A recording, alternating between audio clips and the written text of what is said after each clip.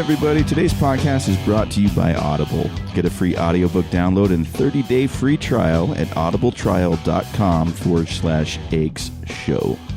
Audible has more than 180,000 titles to choose from for your iPhone, Android, Kindle.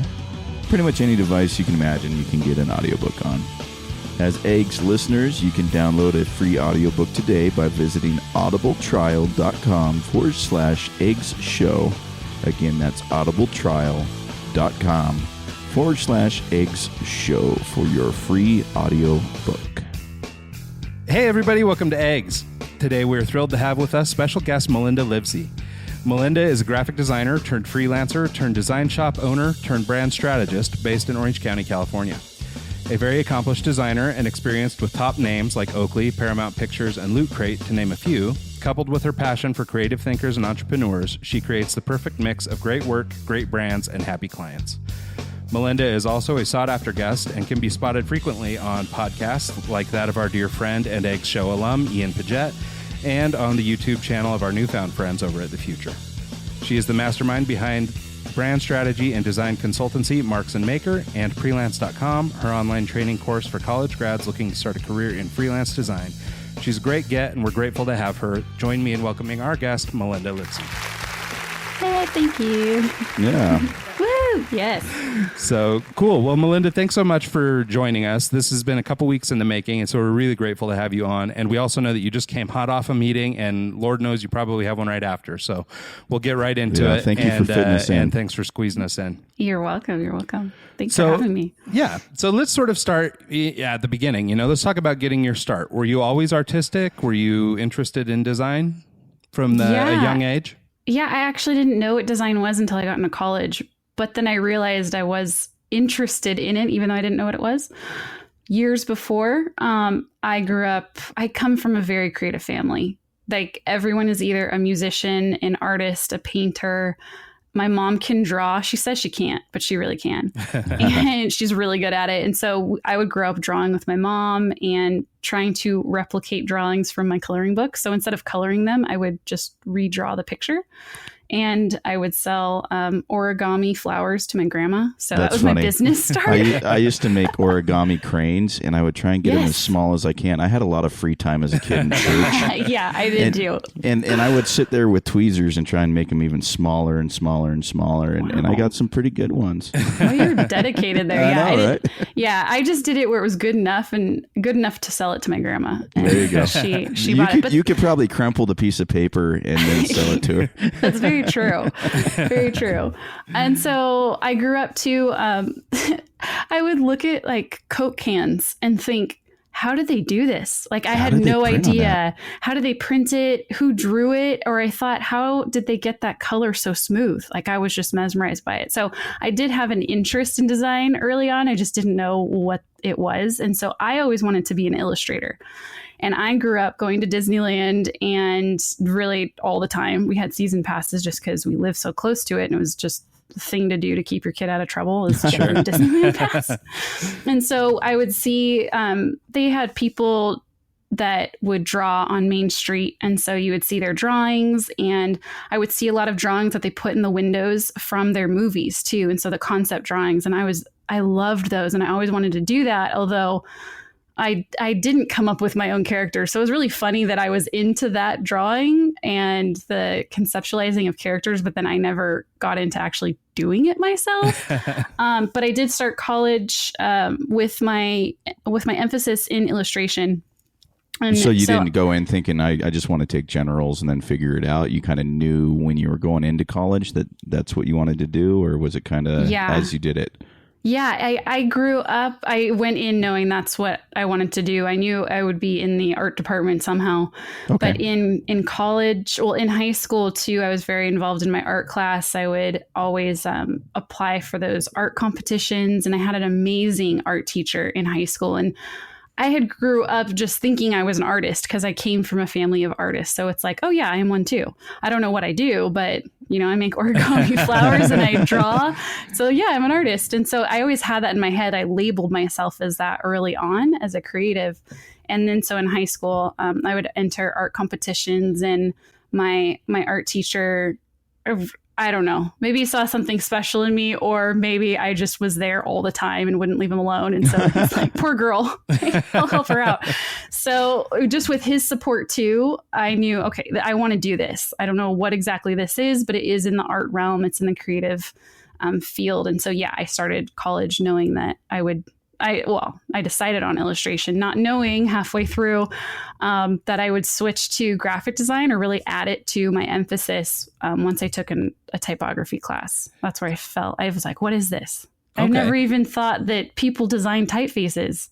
I had no clue. That's always weird to me when you see the custom fonts and you're like, the thought of someone actually sitting there and drawing out each character is just a foreign idea to me. Did you, just out of curiosity, because I know a lot of people who've gone into, art school and things like that, did you ever run into problems or have any stigma around going from being an artist for art's sake and just being creative to being a commercial artist? Slightly in college, there were the studio art people would look at the designers and say, you're such a sellout. Oh, really? Yeah, they would. And we're like, well, it's not even in the same vein. Like, you guys just paint all day and do that stuff, and this is completely different. And so we would always argue that we have a purpose instead of just being expressive.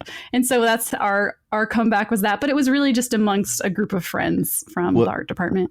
Ryan, you just recently took some illustration classes, as far as like you had models that you were drawing and stuff like that. The one thing I'm really bad at is people. Like, I can cartoon like crazy. I can illustrate just about anything, but people and like capturing likeness is really hard for me. So even now I still take some figure drawing classes and stuff like that.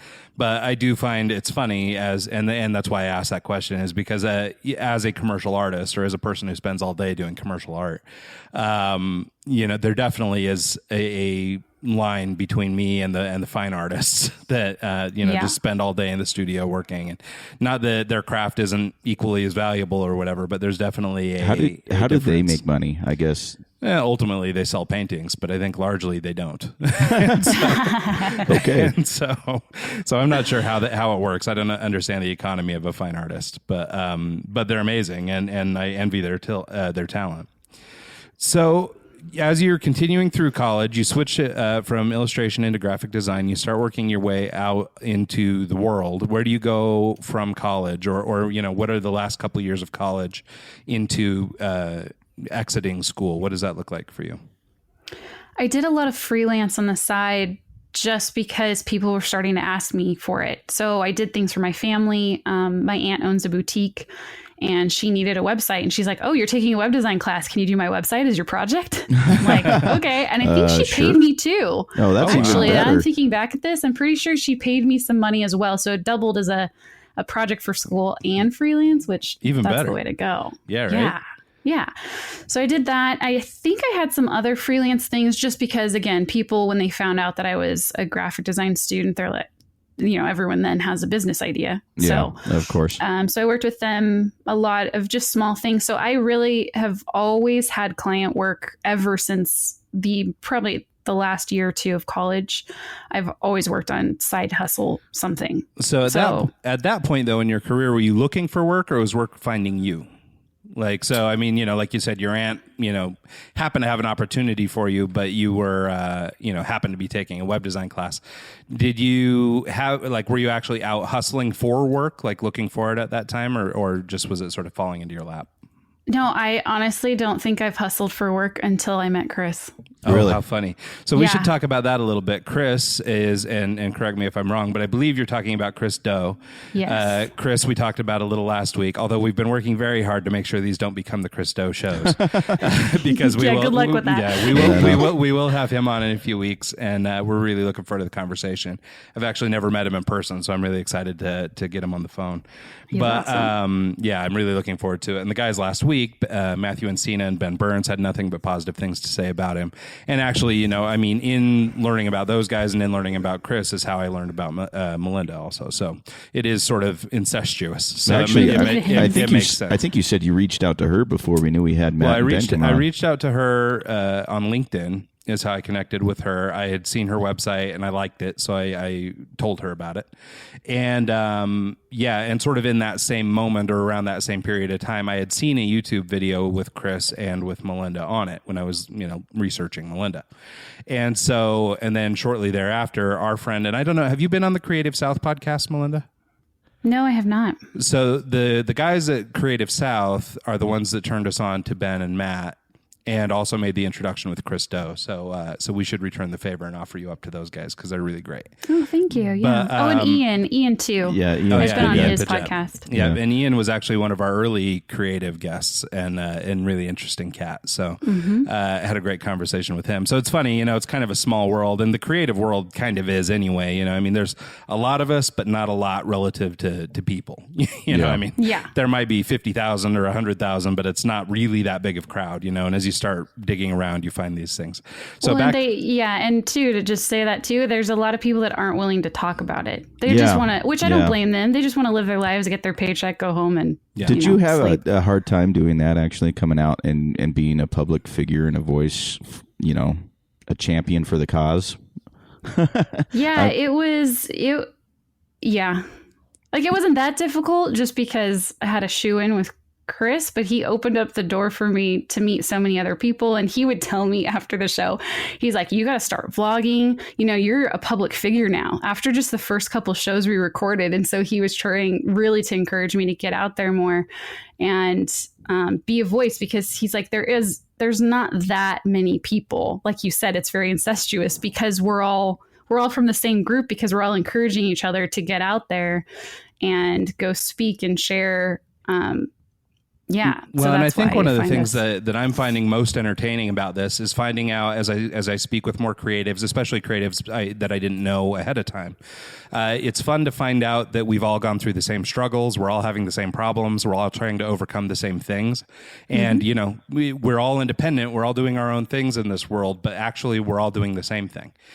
And so it's kind of fun to meet new people like you and like the guys last week and stuff, because we can all help one another. And so you mentioned, some folks just don't want to talk about it or don't want to get into it. And that's true. But I think for those who do open up and those who do share, it seems like they're the ones moving along a little faster in life or in career. Mm-hmm. And but I guess, and maybe I realize that the Chris Doe part is a big part of this conversation, but I guess talk to me about the period from post-college up to Chris Doe. So were you on your own for a little while before he stepped in and sort of helped you change your career or re-navigate? Yeah. So there's a big part of, a massive part of my career was spent at Oakley. And so right out of college, I went to some portfolio review, and it was before I graduated. And I showed my portfolio to a bunch of brands. And we have a lot of action sports, businesses in this area of Southern California. I think just because understandable. The beach. Yeah, Right there. Yeah, the beach helps. So we had all the big brands there. I think Billabong was there. Who else? There was a lot of really cool brands, small shops, and then in-house. And so the creative director from Oakley was there. And it was funny because I interviewed with him.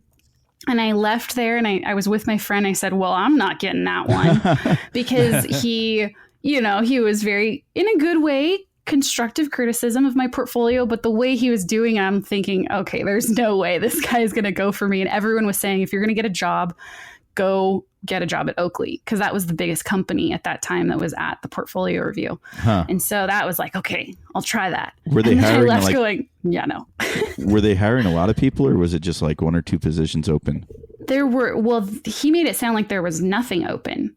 And so they were just doing a portfolio review to tell you if your work, can improve So none of us really expected to get a job, but you meet the creative director, then you hope something will come out of it. And I think not even a week later, he called me and offered me a paid internship there. So I started there and then moved into a freelance position, which then I moved into being a graphic designer. So I worked in the marketing and advertising graphics department I don't know if it was a year or two. And then I was thinking, well, I want to spread my wings and I want to freelance because I want to just get experience with other brands. And because working in an in-house department, there's only so many things. Well, especially only so many things you can do as an intern level. I'm sure a lot of it's just layout and stuff that me as a DJ could probably handle. Well, production work for sure is sort of delicate. Yeah, and I did when I moved up to the graphic designer position. There were definitely more opportunities there, but just not enough for me to feel that I could utilize, learn and it's difficult, because as I talk to a lot of people that work in the creative field, we're always having that discussion, agency versus in-house. And I don't know if you've actually worked like in an ad agency for an ad agency, but it seems like a lot of your work is in-house. Or a lot of your work history was in-house anyway. So, but at some point you broke away from that. And what happened at that point? Like, when did you transition out, and where did you go from there? when you started freelancing, were there any like major hurdles you had to overcome? Were you still working at Oakley at the time? Were you able to kind of just segue out of Oakley into full-time freelance just because you got busy enough? Yeah, so my history is a little, it's like a relationship you keep going back to. So I had a couple years where I freelanced for them in different departments. And so I had them as one of my main clients. I worked for the PR department. I worked for the retail department that they were doing directives for the store displays or in-store and window displays. So I had them. I had like my one foot in there. And then I had other clients. So that's where I started getting more clients. Again, word of mouth, just people hearing that I do that. And so I had little clients on the side. And then I actually got hired back at Oakley to work in their brand department. And so that's actually what turned me. I was always interested in branding, but that's what solidified it for me because I got to work on a very small team at Oakley that we worked on everything from product graphics to choosing the materials that the products would be made out of after they were designed. Oh, really? To deciding the collections, to the logos that went on we had different verticals and collections and sub brands, and also packaging and in-store displays and outer facades. So we got to work on all the brand related material, which was so exciting. Yeah, really cool brand to be doing that for. Yeah, exactly. So I had so many things that I learned from there, and then just falling in love with branding and doing style guides for the different sub brands and the logos, and then all the branding for those sub brands. And so that's where I totally fell in love with it. So 3 years ago, they dissolved the department that I was in, the creative department, just because they were owned by a larger company, and they started reorganizing things and chopping departments and whatnot. And so I was a part of that layoff. And from there, that's where I was like, okay, now I can do what I've always wanted to do, which is work for myself. I've always wanted to. It was just in me even before college. Obviously, I was selling things to my grandma. Sure. So it was just, that was the thing I knew I was going to do. And I figured, well, what better time to do it than now? And the next day after I was laid off, I ended up on site freelancing at a company my friend was at. So I figured, well, this is great. I just fell into something again. And so I would keep falling into freelance things and freelance projects. That's why I say I didn't have to hustle until last year. And so it's awesome. But then I thought, okay, if I'm going to make this work and grow, maybe I should actually come up with a business name and make it a business. And I'm not just a freelancer jumping from in-house department or agency. I didn't really work at like a huge ad agency, like tiny little marketing agencies, but I would hop around or I would work a lot remotely. And then I'm like, okay, I got to get my own clients. And so that's when I rebranded as Marks and Maker. Can you tell us a little bit about that name? I'm just kind of curious because in my head, I hear Maker's Mark and want to drink. I know. But yeah. I went through a lot of names, and that was the only one that sounded okay with open domains. So I'm like, okay, cool. And I didn't expect, like, there was part of me that was like, well, not many people are going to know it, so it's not a big deal. And so I kind of thought I was going to lay low in life and just coast. And then I realized, once people started knowing me, that now people know the name. And then I'm like, okay, I just got to own it now because So are you sponsored by him? You get No, and I'm hoping that like there's no trademark issue.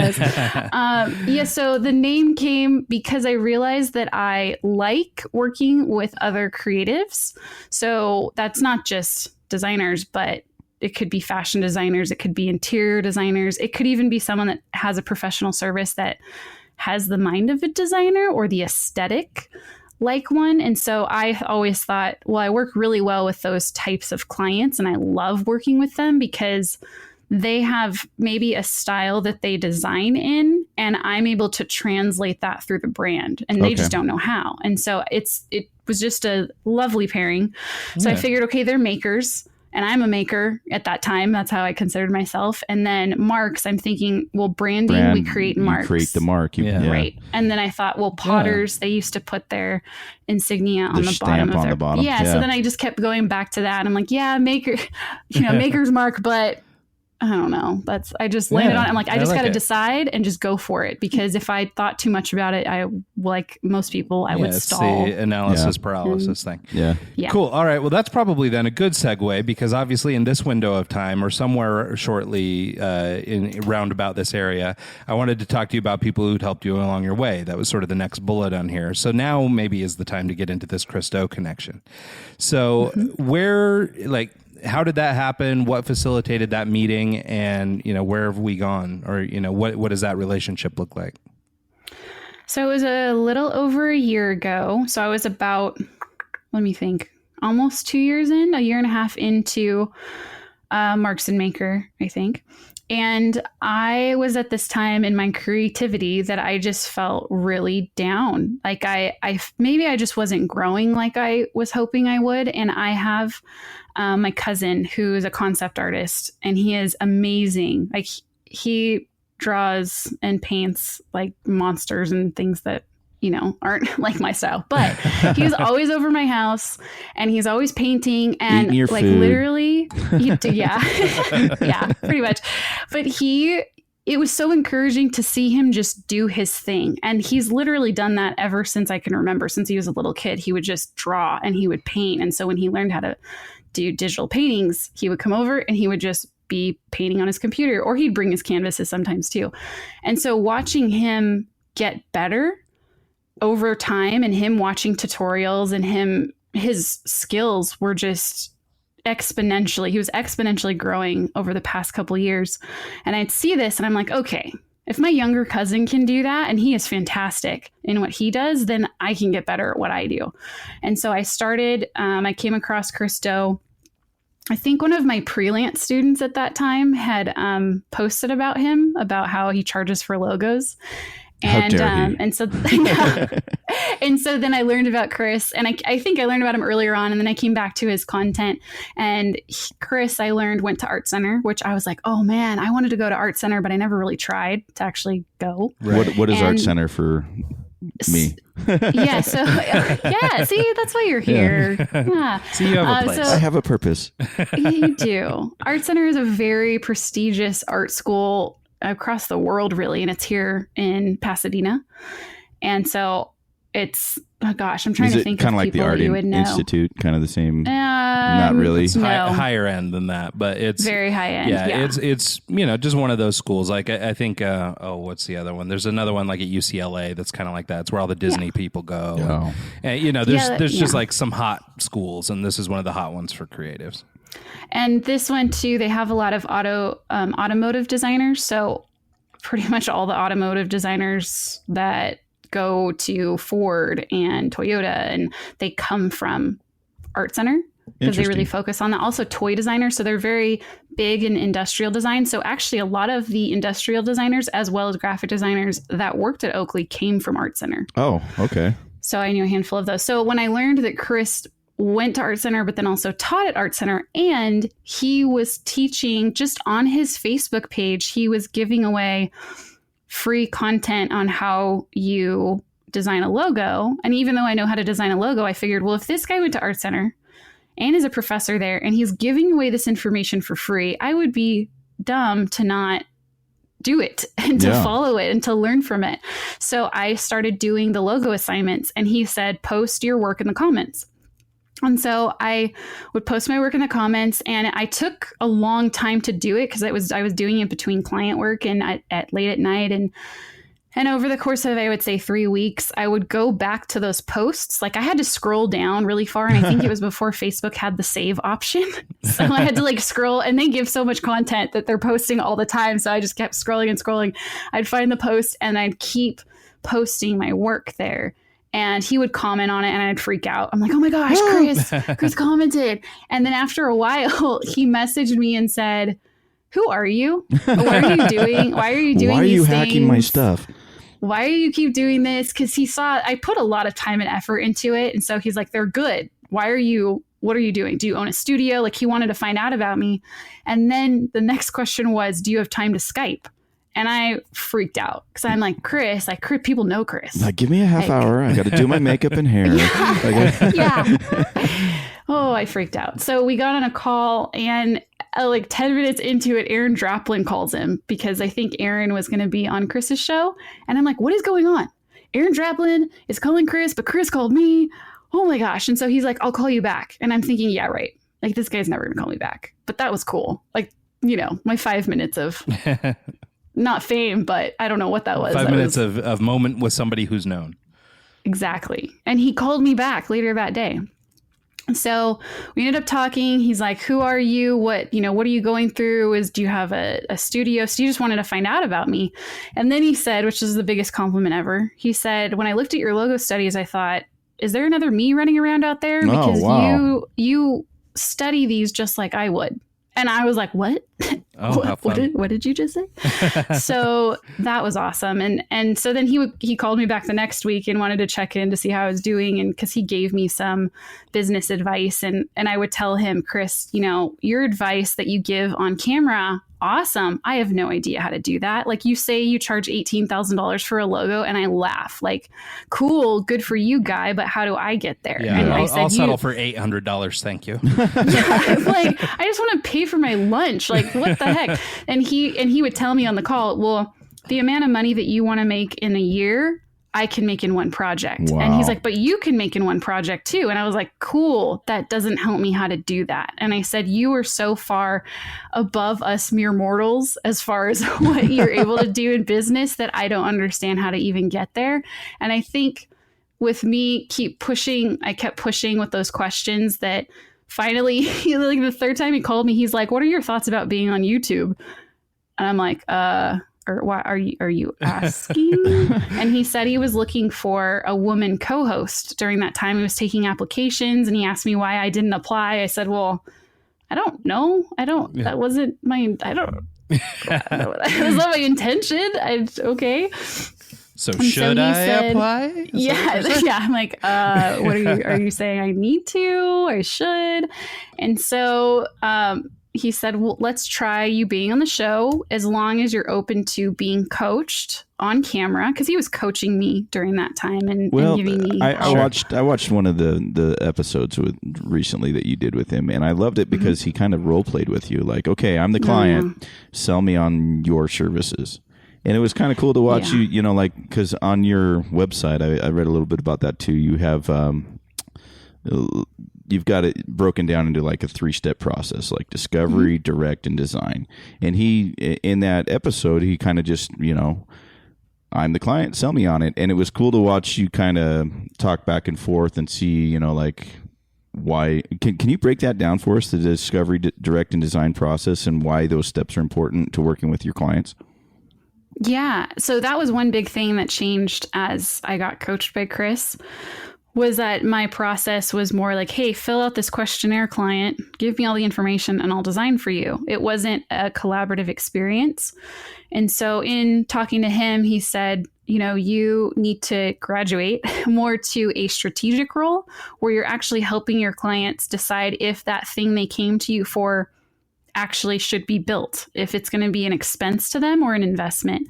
And so the process that I go through now, thanks to Chris, I start out with finding out their goal. Like, why is it that you even came to me? So not just, what do you want to build? Oh, you want to build a logo and you need a brochure. Like I ask why, like, what are you trying to accomplish? Are you opening up a new business? Are you needing to rebrand because you're not attracting the right kinds of people? So I'm trying to get at the core problem, and I start there. And then we go to the discovery phase, which is, I call it a strategic workshop. Some people call it discovery.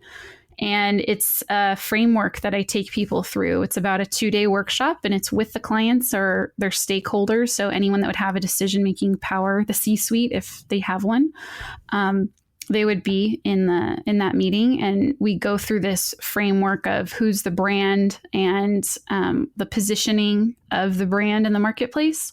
And we talk about their ideal clients. We make a persona of the ideal client or clients. And then we talk about priorities and their goals and what we actually should build that would link the brand to the client. So a lot of times that is a rebrand. That's brand identity. Maybe that's new messaging. Sometimes that is a new strategy in their social media. And so it's all what we're trying to do is we see the brand, we see the ideal client, and then we decide what deliverables make sense to connect the two and to attract those ideal clients. So you're essentially figuring out who they want as customers and then trying to attract them. So instead of like going for the McDonald's, you're going for the steakhouse clients. Or analyzing what they want to see and what they want to get, and then trying to put the product that you're going to, the end result, to go towards those people. Yeah, so we don't start with the end product in mind. So if someone comes to me like, hey, I need a website, it's like, okay, cool. You might need a website. Let's talk about why you need it. What's going on that you do need one? And then we find out, oh, their sales are down, or their website is a lot of broken links, or like we find out there's something wrong, but what is driving them to want that website? So we figure out all the why and the what first, and then we go to the how. Yeah. Or really we start with the why and then the what and then the how. I noticed how are we actually going to execute that? On your LinkedIn profile, you have a banner on the top that says as little design as possible. And I was thinking, well, that's kind of counterintuitive for a graphic designer. But now that, you break it down as a strategy kind of mindset, then, the last thing that you do is the design, the actual product, because you want to figure out what you need first. Because if you just start and just go without thinking about it, you end up building something you don't need, or going through a lot of steps that you don't need to go through to get to the finished. Yeah. Well, and what I noticed too, coming from a strictly just freelance graphic designer perspective, someone would come to me and they would say, I need this designed. I would say, okay, I need this information. I would execute it. It'd probably be 20 revisions later and me angry at the client and the client frustrated. And they got what they needed. And over time, I realized that their business wasn't doing that well. And it would happen multiple times. Like I've worked with many businesses and not that I'm responsible for their how they run their business, but I think I can offer way more value now to people because I'm like, yeah, you might need that, but let's see if that's an expense or an investment. Like, is that actually needed? Because I want my clients to only invest in things that will move the needle, not just hire me to execute on their idea that maybe wasn't good in the first place. How do you because it wasn't thought through. How do you track the needle? I mean, do you actually get into financials with them and say, hey, what are you doing annually? And then kind of see what next year does, or do you just kind of guess? I'm starting to, I am starting to get into that as I feel more comfortable with doing that. I have been asking people though, what their goals are as far as financially. Some people have no idea. And most of the people who are doing well do know their numbers and they're willing to share. So it's almost like a gauge to see where that client is in their business too, is if they can say those numbers and they don't mind. If they're like trying to, hide their cards, then that tells me like, well, they one, don't trust me. And two, maybe they don't even know. Yeah. And that's why they're not telling me. And or they're not doing as good as they're trying to put off. Right. Right. So, yes, I'm starting to. I would like to get more into that because then we can track it's almost like the strategy process is our hypothesis. Like, okay, this is our plan, knowing what we know about the ideal client. Sometimes they do bring data in, marketing research that they have already done, and that really helps. And then we can really track, like, oh, did we actually attract the people we had planned to in the first place? And so it is good to reevaluate. I just haven't done this strategic process. I mean, really, I'm coming on a year of doing it. I haven't done it long enough to be able to see the impact it's made just yet. So one of the clients, the first ones I've done it with, I'm starting to talk with her about, like, okay, let's recheck in and see, did we actually hit what we had hoped? But again, I don't promise. I'm not like the marketing research side, so I don't promise numbers. I say the strategy is a plan to win the war. It doesn't mean we are. It means that it gives us a direction and how to move forward, and then we'll reevaluate later to see if what we did actually works. Yeah, and it's funny, like, because just, I don't know how old you are, but I think we're sort of contemporaries, and having sort of been a similar trajectory in terms of, working in-house, freelancing, moving out and starting my own business, that kind of thing. It's funny how it took sort of years of that slog, and in your case, you found a Christo, and now I'm finding people like that who are affirming my thoughts. But it's always been sort of clear to me, or at least for years, it's been clear to me after working in agency, that the design portion of the business is actually the lowest paying piece of the pie. Really the biggest part is strategy. And so, but it is funny how there's like a switch that flips, or like a maturity level that you hit, or it's prompted on by something you read or something somebody says that makes you go, oh wait, I've been consulting this whole time. Like, I mean, with every person I've done a logo for, every person I've built a website for, we've done this. In your case, you mentioned a questionnaire. In my case, I did something similar. We'd sit down, do a little discovery sesh, but I never charged for that. I was a designer. I charged for design, and so I never thought of that. And then as I've matured myself, and have started moving into more of a consultative role and doing more of that kind of stuff, it's funny how you sort of start to realize that you've been doing it the whole time. Right.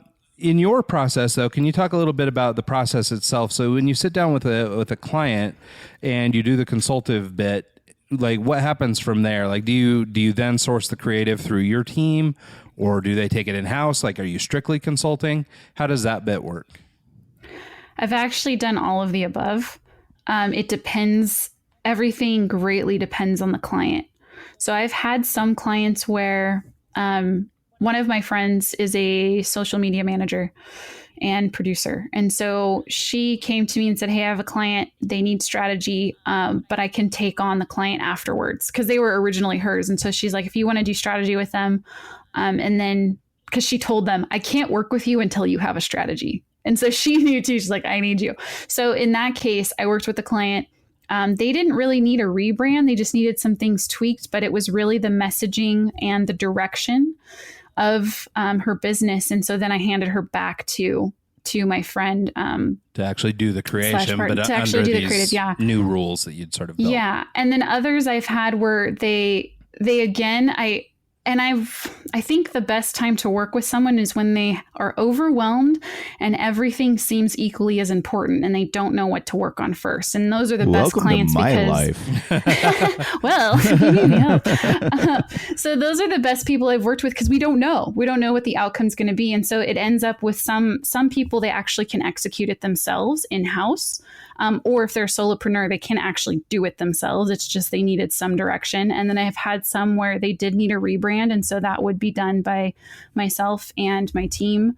And so it honestly depends on what it is, because some things that we uncover in that discovery phase, that's not necessarily my specialty, but I have a specialty in problem solving. So if I find that it makes more sense for me to bring in a specialist for that, like I'll go hire someone that is really, really good at email campaigns if that's what the client needed and they didn't want to do it in-house. So it's really discussing with the client, okay, what is your budget that you have allotted for this? Does it make more sense for us to look for you for someone to be in-house and handle this? Or does it make more sense for us to execute this in-house? So I really use that discovery time to its full potential and figure out, like, depending on what the deliverables are, does it make the most sense for us to do it and my team me to hire in a specialist maybe for that, or for them to handle it on their own. Okay. So I've got another question. This is sort of a little bit of a step back, because I mean, there's sort of this fuzzy area where you're starting the business, you're meeting the Chris Doe's, business is changing because of what you learned from him and through his coaching. But I want to step back just a tad, maybe to the pre-Chris Doe era. And talk about your transition from being a graphic designer to becoming a business owner. So leaving freelance behind and becoming a legitimate business. I don't know if you have similar struggle, but I know like with me, I had a hard time moving from freelance into a business. And one of those big struggles was changing the perception of my old clients. Like now I'm a company, I'm asking you to do business with my company versus, you've always done work with me. And so I wondered if you had any advice or feedback or thoughts, or if you even experienced that at all in making that transition and just developing the processes and everything else that was required to be a legitimate business versus sort of the loosey-goosey way you can play a freelance career.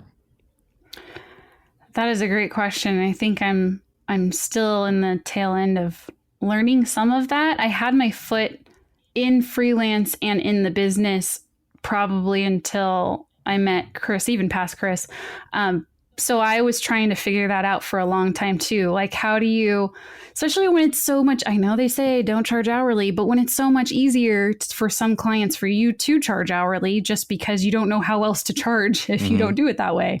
And so it took a while to figure that out, like how, and some clients, honestly. Sorry to throw you off. Why don't you want to charge hourly?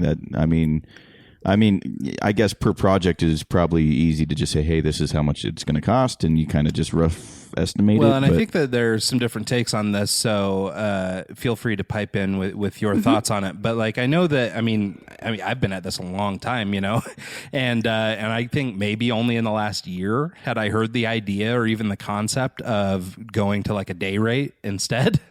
And so, despite all my years, like I'm still billing hourly. I'm still doing, some projects that way. I mean, we bid a lot more now than we used to, but it's still by project or by what, estimated hours or something. It's not generally a day rate like, some people are doing.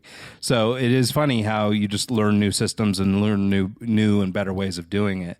But to Mike's question, if you want to elaborate on why you might not choose to go hourly, that would be great. Yeah, essentially the idea is that it punishes efficiency. So the quicker that you get, you're actually getting paid less, where someone that's not that great and they're really slow, they're going to get paid way more.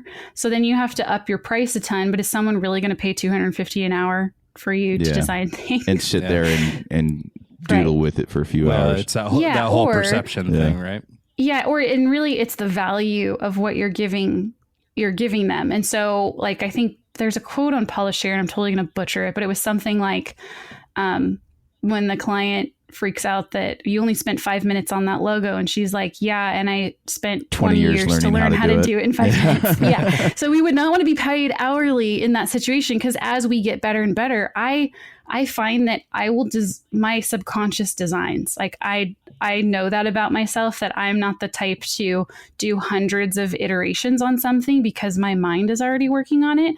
And all of a sudden I'll come up with this idea and I'm like, that's what it's supposed to be. It's almost like I plucked it out of thin air, but really I didn't. I know my mind has been subconsciously working on it, but I'm like, that's what it is. And I'll draw it really quick. But how do you compute the time that you've been working on that? Yeah. You can't. Yeah, it really is about value. And that's, one thing, and this seems to be a current that runs through a lot of creatives. While a lot of people are creative and outwardly expressive in that way, it seems like a lot of us are sort of introverted by nature, or a little bit, I guess we lack the confidence to run right out and say, this is the value we're providing. Some of that comes with dues being paid. I mean, you do need to work in the trade for a while, and you do need to learn some things so that you can actually improve your value. You shouldn't be that $200 an hour person right out of college.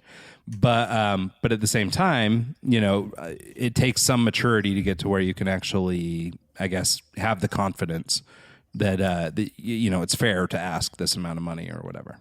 Right. Definitely.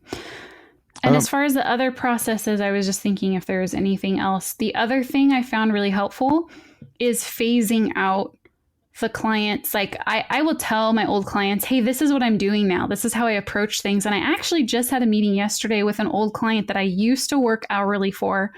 And she knew that I switched to strategy. She's like, can you tell me about it? Because I need to reposition my brand and I don't know how to do it at all. And I know that you're doing this now. And so thank God that I actually was able to convert an old client into my new process. Mm-hmm. But usually what I would do is, like, if I had a client on hourly, I could either switch them and say, hey, this is how I'm doing things now, or other ones, I would just start afresh with the new client.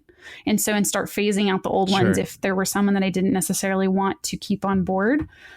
Did Chris give you the fire all your old clients advice? He did tell me to get rid of the very small clients, and I did end up only firing one because I was on call with them, and it caused me to not be able to do anything. Like, I would be into a project and all of a sudden I'd get a call and they needed something ASAP. And they were really cool people, but I couldn't work like that, and I couldn't grow if I kept doing that. So I did have to fire That was them. an interesting bit of advice that Ben Burns shared with us, was that Chris basically told him to fire all his clients. And he had, a ton of clients, and they were all hourly, and he was, making $20 here, $20 there, $100 here, $100 there.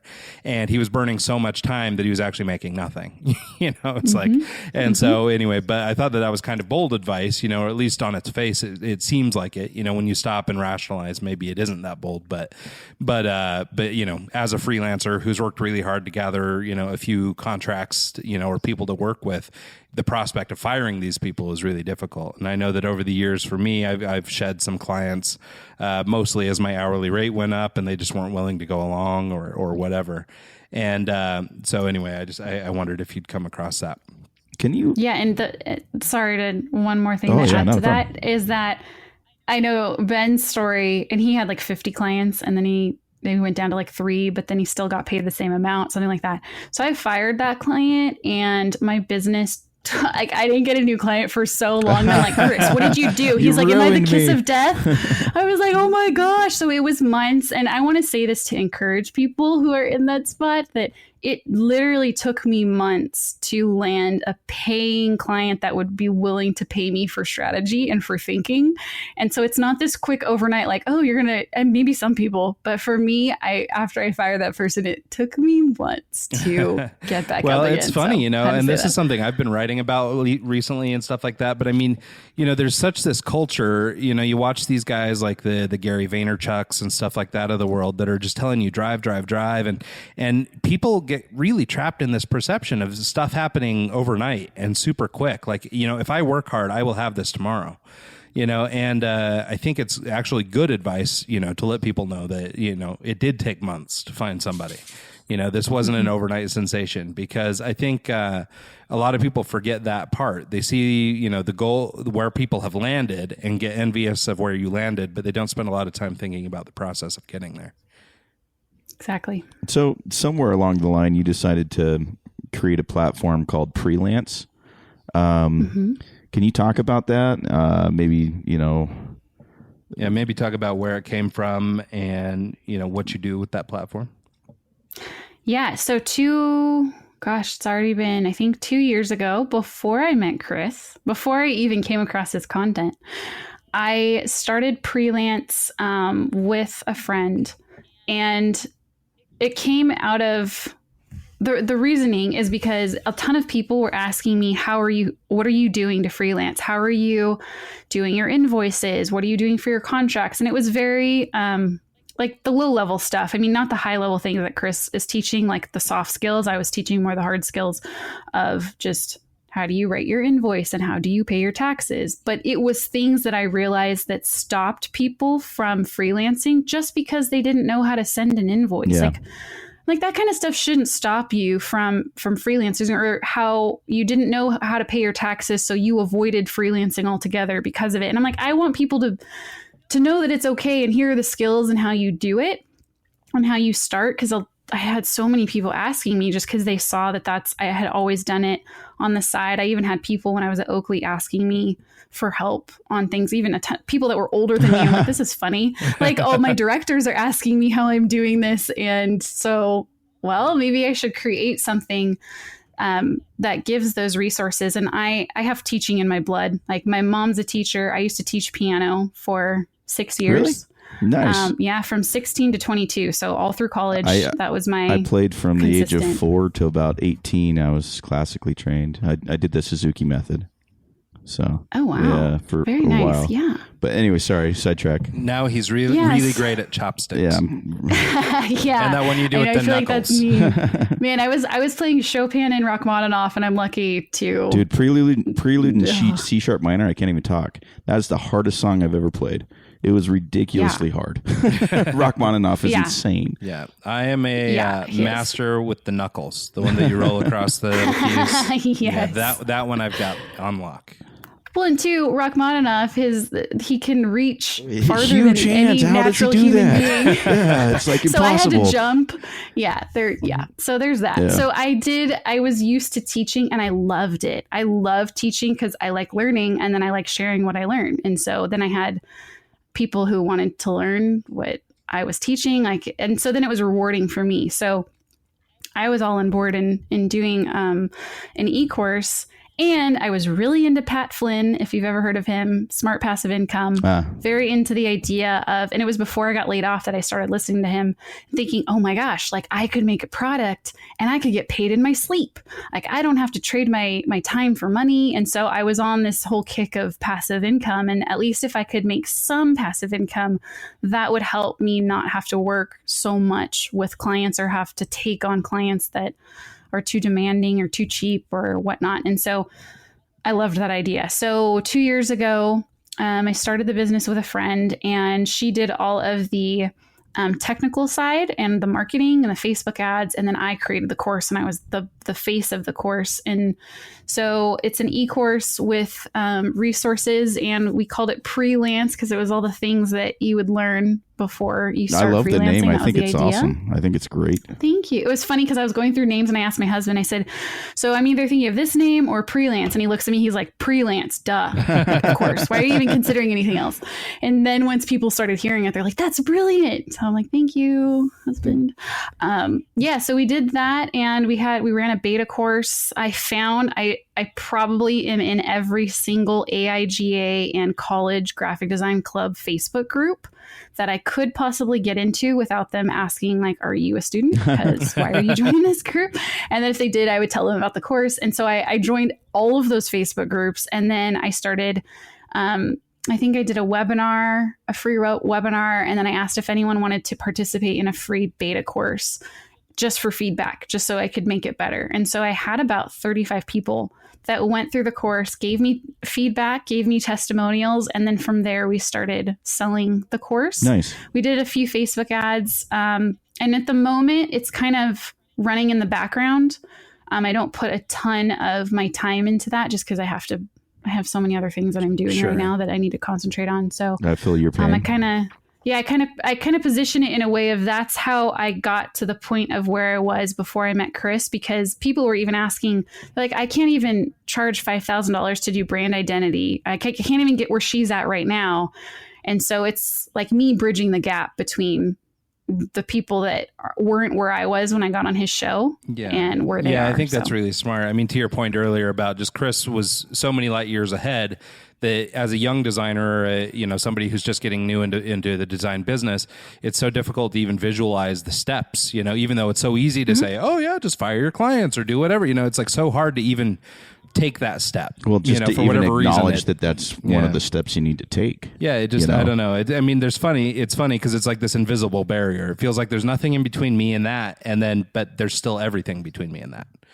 So it's kind of interesting.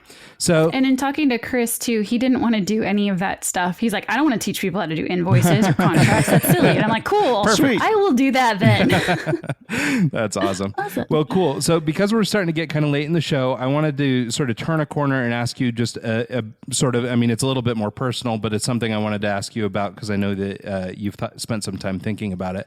So graphic design, sort of in my experience working in agency and in other places, seems to be obviously a largely male-dominated thing. And so I wondered if you could talk a little bit about your experience as a female in the graphic design world, if you've had any struggles or problems, or if there's been anything, and maybe there hasn't. I know that like on our team, I mean, we had a staff at my previous agency of around 200, and of the creatives, I bet there was less than 10 female creatives, maybe not even that many. And, I can't think of 10. I'm being liberal with that number. And so, but I wonder if there's something, out there, or so if there's some reason for this, like, is it just genetic predisposition? Most people, maybe women choose different paths, or are they actually, actively staying out of that career? I wondered if you had any thoughts about it. And then I know that you're part of or at least you're listed on a thing called the Creative Lady Directory. And there are a couple other folks on there, Jessica Hish, who I know, and the Hood Sisters, and some other people who are involved with that. And I think that that's a really great resource for women in this industry, either trying to get into it or who may otherwise feel like they can't be in it. And so I wondered if you had any just thoughts as a female in the business, and then, if it's been a hindrance or a help, or if it's nothing, and how folks maybe get involved with this Creative Lady Directory, if you think it's worth mentioning. Yeah. I have noticed that even in my full-time job, there was a significant more amount of men, especially in the higher up positions, than there were women. But it was also, I saw that the women didn't really want those positions, at least the ones I came in contact with. And at that time in my life, I didn't really care to be a director or move up in that way. And I don't really know why, but I haven't directly felt, well, I don't and know. like I say, I mean, I sort of suspect, and I mean, I certainly can't speak for women, but I sort of suspect that a little bit of it's just sort of, I don't know, genetic makeup. Maybe it's just, it's not a drive that maybe women have as much, maybe they're better at other things than men are in this particular field. Not that women aren't creative, but it's that drive to be the director or whatever maybe isn't there. But I just wonder if there's something, physically holding people up, because I mean, like in my agency, for example, in my company, I mean, we're 75% female. So we have a lot, but they're all designers and things like that. They're not necessarily higher ranking folks. So it's an interesting observation that you've noticed that directors are, that's not necessarily something you were dying to become. Yeah, I wasn't. And I think, and as you get up higher, and this is me just observing, because obviously I've never been a director in a large company, that you have to fight for it. And honestly, I don't have enough energy for that. Yeah. I just make stuff and make it look nice. And so I think there's just a lot of politics you have to deal with. And I was never interested in dealing with that side of things, but I never felt like because I was a woman, like I didn't have those opportunities. Maybe I was naive, but it didn't even dawn on me. But I have noticed, like when people ask me to be on podcasts or webinars, they're like, "Oh, thank you so much for being on," because I asked like a few other women and they said no. Oh, interesting. And I'm like, what?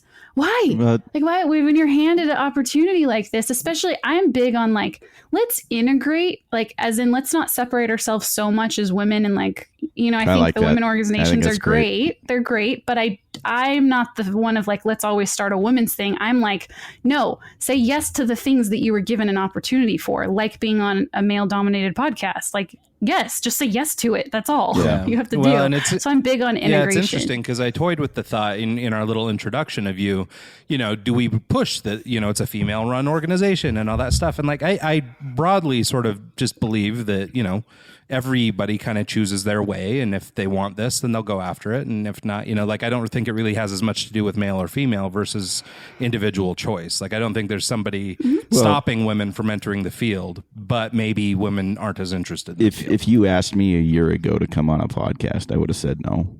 Yeah. Well, and some of it's security in yourself and all that kind of stuff. Yeah. But anyway, so that's interesting. And actually, I think it's, kind of a positive thing, because it's something that, I'm sensitive of and I want to be sure that, women are represented. But I think, forcing it on people or handing it to them if it's not something they actually want is, maybe a little counter to the empowerment that people are looking for these days. Yeah. And I know, and I see myself as a rare breed amongst even my friends that are women, that a lot of my friends, they are amazing mothers, and they love doing that, and they love putting their energy and their time into their family, and they don't really care about their career. And I know that's not everyone. I'm not speaking for all women, but the ones that I am surrounded with, I'm like the rare egg. They're looking at you like, what is wrong with you? They're like, that's cool. Like, they're talking about all this fun stuff. They're like vacationing and, you know, what their kid just did. I'm like, that is amazing. And then they ask me like, what's new? And literally it's all about business. Do you ever have a hard time talking to them? I love it. Like, because I'll go back and I'll talk with my friends, and I almost feel like everything I'm talking about, I feel like I'm bragging, but I'm not, just because it feels like everything that I'm doing is so unique and interesting and out of their, you know, realm of things. That, like, I played at a nightclub the other night. I'm doing a podcast today. I'm doing this tomorrow. And it's like, they don't get a lot of the same experiences. So lots of times I just don't, same stuff, different day, you know, just because it's the easy go-to. And I don't want to sound like I'm, well, I did this, I did that, I did this, and I did that. You know, do you guys relate, I guess? Yeah, I think actually, maybe it's me just being full of myself, but I love sharing what's going on. Maybe because I also had my mom's so interested in what I do. Oh, that's good. And so she always wants to know. She reads my newsletters. Like, Mom, she now follows every single one of my Instagram accounts, and she'll read everything. She watches every single show that I'm on with Chris. And so I'm used to like sharing what I do. And with my friends, I can tell when someone's totally not into it. And I'm like, yeah, same old. But if they're my really close friend, usually they're like, oh my gosh, I saw that you posted this online. Like, what is that? Is that a podcast you're on? That's so exciting. So they see it as exciting. So when I know I have a friend that's excited about it, I'm really into sharing. But if I can tell the person could care less, then I'm like, yeah, it says same old, business is good. Yep. That's my default go-to. I just don't like it. It's just weird to me. So, yeah. Cool.